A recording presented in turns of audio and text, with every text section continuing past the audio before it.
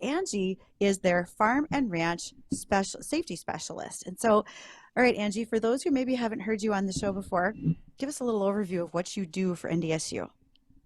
Yeah, no, it's great. Thank you all for having me on again. It's always a pleasure. I am the Farm and Ranch Safety Coordinator for NDSU Extension. I've had this position for a year now, and it's actually a pretty new position. It has not had anybody in this role since 2005. So at that time, I was still in high school, believe it or not. And so it's been a little while since NDSU's extension has been able to have this position filled. And so I work extensively with the county extension agents across our extension system in North Dakota, providing trainings not only for them as staff, but also for the farmers, ranchers, and families that they serve as well. So it's a pretty strong partnership working with those agents, providing prevention-based education on everything related to farm and ranch safety.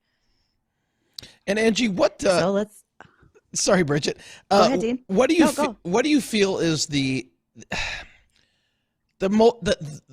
biggest cause of accidents? Would it be just lack of sleep? Is it being tired? Is it being stressed? What would it be?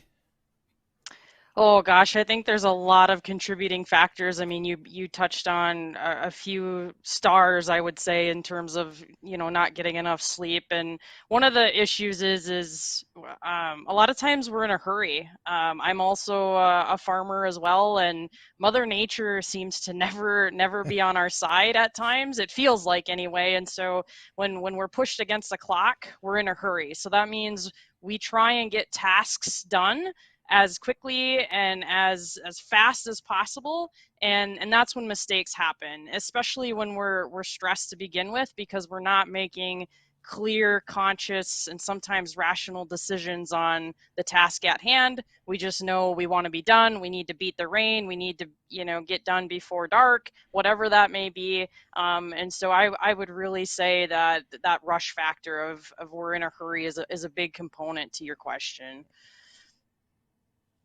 I see. So Well, if you're saying that that's a really big contributor is being in a rush along with other factors, how do you go about informing people to slow down, or how do you get them to slow down or acknowledge that if you're doing this, you're really increasing your risk to getting seriously or fatally hurt?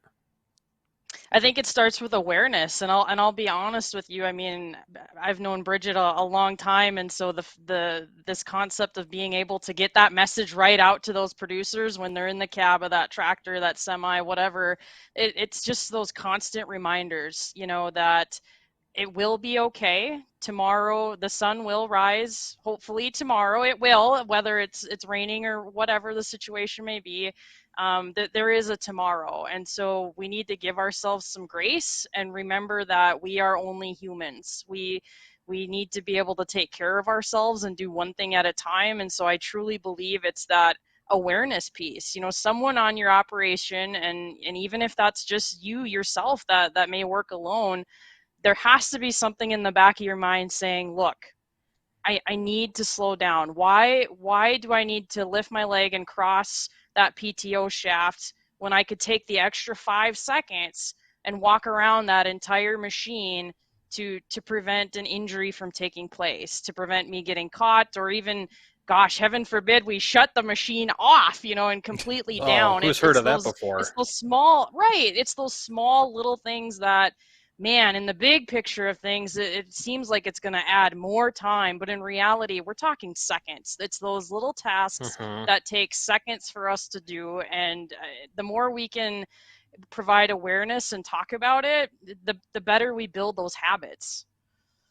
Right. I had just heard a story about maybe 10 days ago of someone was working on their snowblower after a snowstorm, and they got their arm inside the wheels that spin that collect all the snow while the machine was still running. And I'm like, what are you doing, man? What do you say to the people that have the mentality and the attitude that, oh, it's not going to happen to me, or oh, I'm careful enough, it won't happen to me?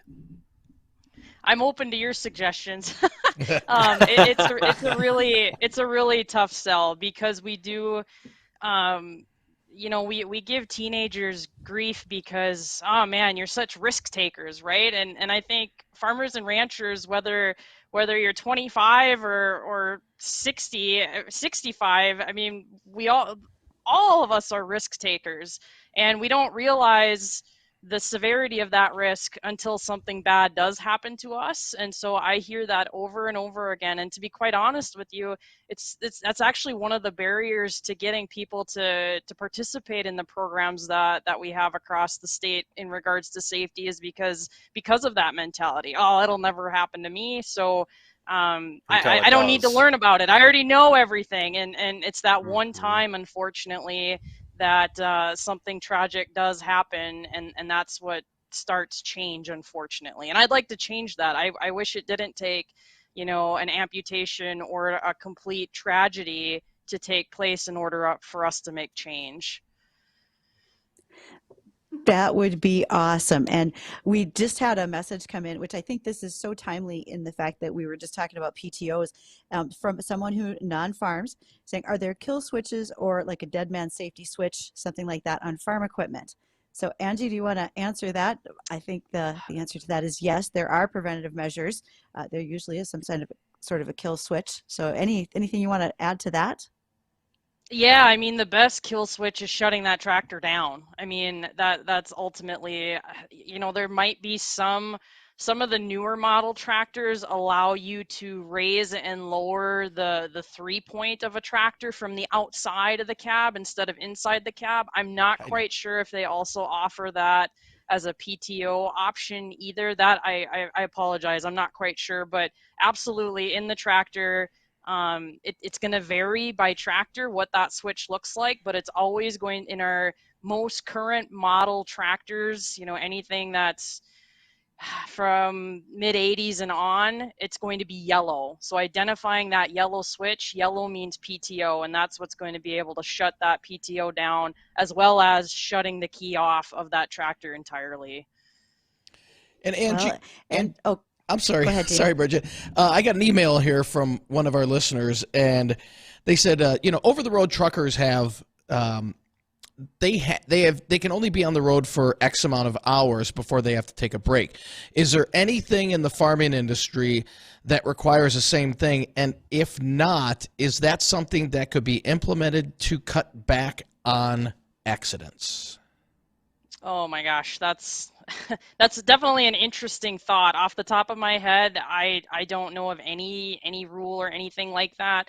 The thing to remember is that, um, how do I describe it? I mean, farming and ranching is an occupation, right? And so, um, it depends on how many employers that operation has in order for OSHA, the Occupational Safety and Health Administration, for those guidelines and rules to come into place. You need 10 or more employees, and a lot of our farm operations don't come close to that standard of 10 employees. And so that means there aren't those types of regulations. And so, totally understand where that individual, their question with their email is coming from. But I think that would be really, really challenging, just because we're dealing with weather conditions. And so it would be really hard to say, well, you can Right. only work from this time to this time. However, there are, individuals that do manage a large group of employees. I've had conversations with the managers talking about when it's, X harvest, let's say it's potato harvest or it's sugar beet harvest, where literally you have a few weeks, a window where you're getting everything up out of the ground. they'll actually take they require their employees to take one day off, and they complained about it to them, but honestly they needed the rest, they needed the time. It actually it benefited everybody, because then everybody was at their game and got that needed rest and was able to function and keep going, because these are huge shifts that people are working on, regardless of what farm operation you have. So yes and no. It's kind of that there is no formal regulation. It's really, as an individual, as a farmer, or as an employer, it's really taking those management steps and putting them into practice on your own.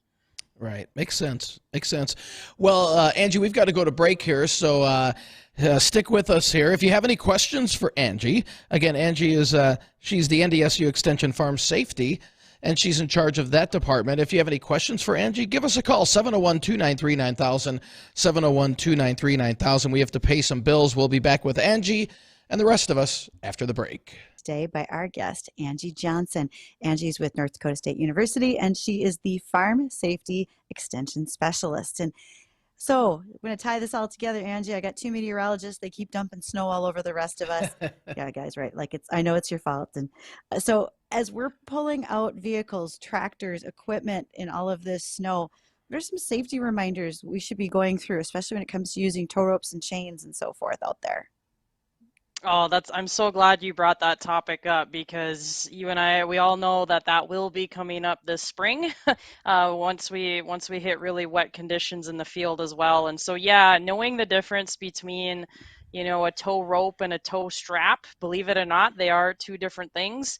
That tow strap, that recovery strap, that really is meant to stretch, and whereas some of our our log chains, those tow chains, they don't have that ability to stretch. Once they stretch to a certain point, they will break. And so you can't apply jerk related pressure to that. You can't hook it up and hit the gas and hope that whatever is stuck will fly right out. It's that jerking sensation that allows that chain or the rope to snap, and basically you get a slingshot reaction, which can easily come into the cab of your vehicle, or in the springtime, we've had, unfortunately, fatalities due to that slingshot reaction hitting that individual inside the tractor cab. And so also knowing where to hook it up on a vehicle is really important as well.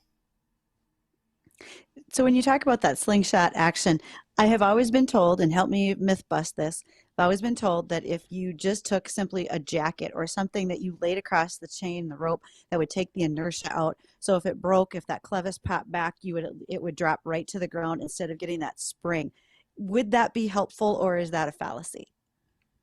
No, it's definitely a valid point. I would say something as heavy as possible, whether you've got a really heavy carpet rug, something that has weight, if that coat does have extra weight, anything that adds a little extra weight that can take on that spring, that sling, if and when that does break and begin to slingshot back. So absolutely that can help.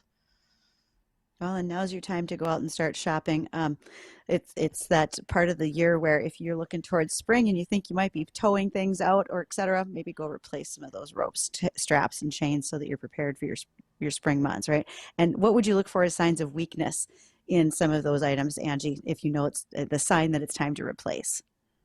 Yeah, absolutely. So in your tow wraps or ropes, if you see any fraying of the edges, if you can tell that material has been stretched out and it doesn't appear that it's stretched, it doesn't go back to its original shape or form, then it's time to let that go. And I know how hard it is for us in North Dakota to throw things away. I'm guilty of it. It's really hard to throw something in the trash, but that could be the difference of saving a life, is just by updating once you've used it in an extreme situation where, like I said, you see that fraying, or in a log chain situation, if you have links that you can clearly see have been abnormally stretched, or if you have a broken hook, or if you're having to make a repair to that chain, it's time to find a different use for it other than towing usage. So those are some of the things I would look for. So it's pretty frequent. Oh, go ahead, Justin. I was just I've got another question, but you finish yours first before I move on.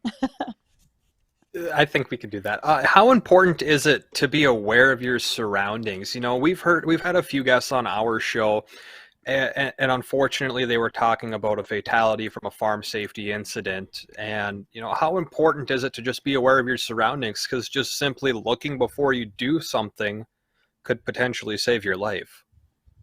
Oh, that's huge. And I'm glad you bring that up, because when we look at, youth related farm injury Hmm. incidences, that's where it really comes into play, is because you didn't know those kiddos were playing around the wheel wells. When you're sitting in that cab of that tractor, you can't see what's directly behind that tire all the time, or if they're playing in the wheel well, or if they're playing in the loader bucket. I mean, and not even just kiddos, highline poles, low hanging Hmm. wires in a farmyard, or when you're going out to a field approach. So knowing your surroundings, and paying attention, and kind of prepping beforehand too. If you've got, for example, during harvest time, these combines, their hopper systems are huge. And in working and talking with an electric co-op, they said those hopper extensions, that's what's hitting these low hanging power lines, and causing issues. And so making sure, if you know what field you're going to, know how you're going to get there and what obstacles could be in the way of that. So absolutely, those surroundings are a huge component in terms of preventing a serious farm injury from taking place. So speaking of your surroundings, we are at the point where people are hauling a lot of grain. They're moving corn, soybeans, wheat out of bins. Sometimes you will have product commodity crop that hangs up in the bin, doesn't want to come down as you're unloading. Okay, bin entrapments happen. I talk about this because we have local fire departments that have gotten the tubes to help people stay safe. Can we walk through just on, because we only have a couple moments left, but can we walk through when you put, what happens when someone puts those tubes in to do the rescue? Angie, can you give a little bit of a description of how those work?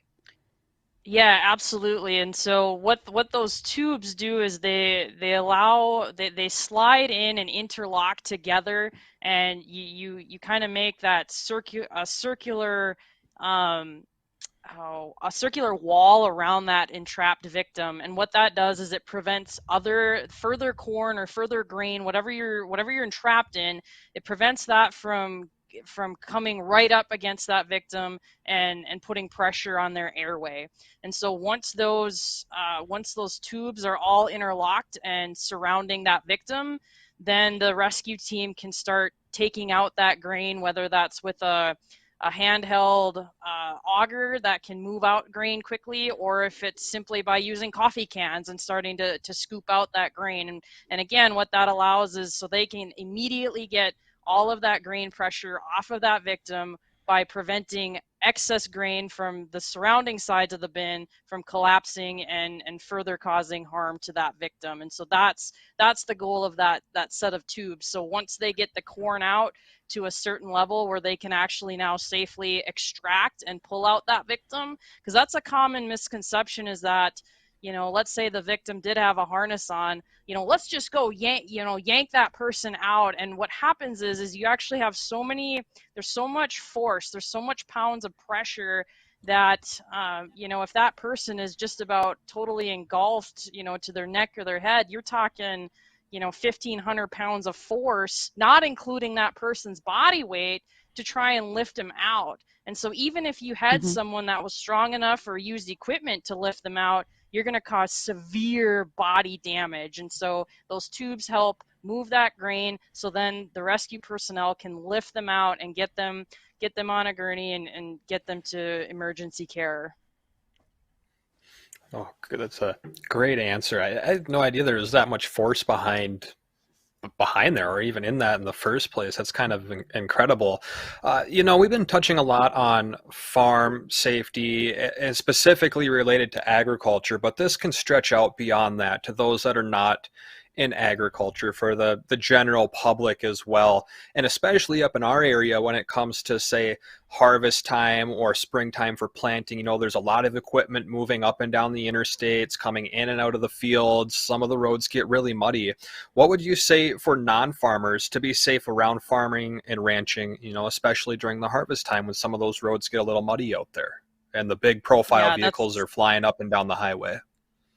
Fantastic question. I will always take the opportunity to talk about roadway safety because we all use the road. I don't care if you're a farmer or a meteorologist. We all use the road, and so we need to be able to understand how we work together in sharing that road and what that means as a motorist.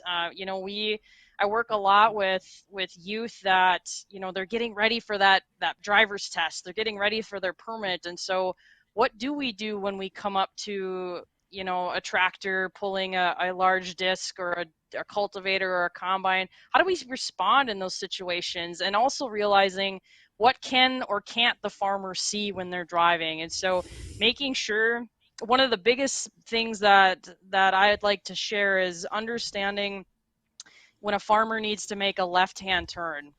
That's so dangerous because a lot of times a motorist will want to pass, right? Because a combine or a tractor is a slow-moving vehicle. They do not operate as fast as a car can, and so the instinct is to pass. And so when that farmer's getting ready to make a left-hand turn, you can basically predict that crash taking place. And so making sure, as a motorist, for example, when it's harvest season and I'm coming home from work following a combine, I always watch where's the next approach, because tractors and combines, they're not looking always for the next road to turn on. They're looking for the next approach to get in or out of that field. And so, all right, assessing my surroundings, what approach could they be taking?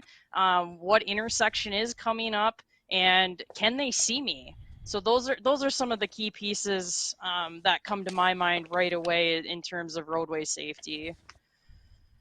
That's great answers, Angie, and this has been fantastic. Thanks for taking some time out of your day to share with us and our listeners a little bit about some safety tips and how you can avoid getting seriously hurt. If someone listening, they want to reach out to you, they have more questions, maybe they want to get involved in something with you, how can they reach you? Where can they go to get more information?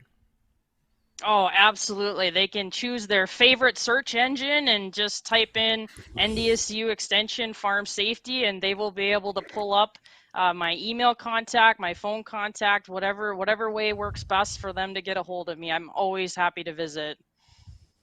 All right, great. Well, thank you very much, Angie Johnson. Again, NDSU Extension Farm Safety, and we're going to get updated with the American Ag Network and Weather and Ag in Focus. We'll be back with a check on that forecast and another ag topic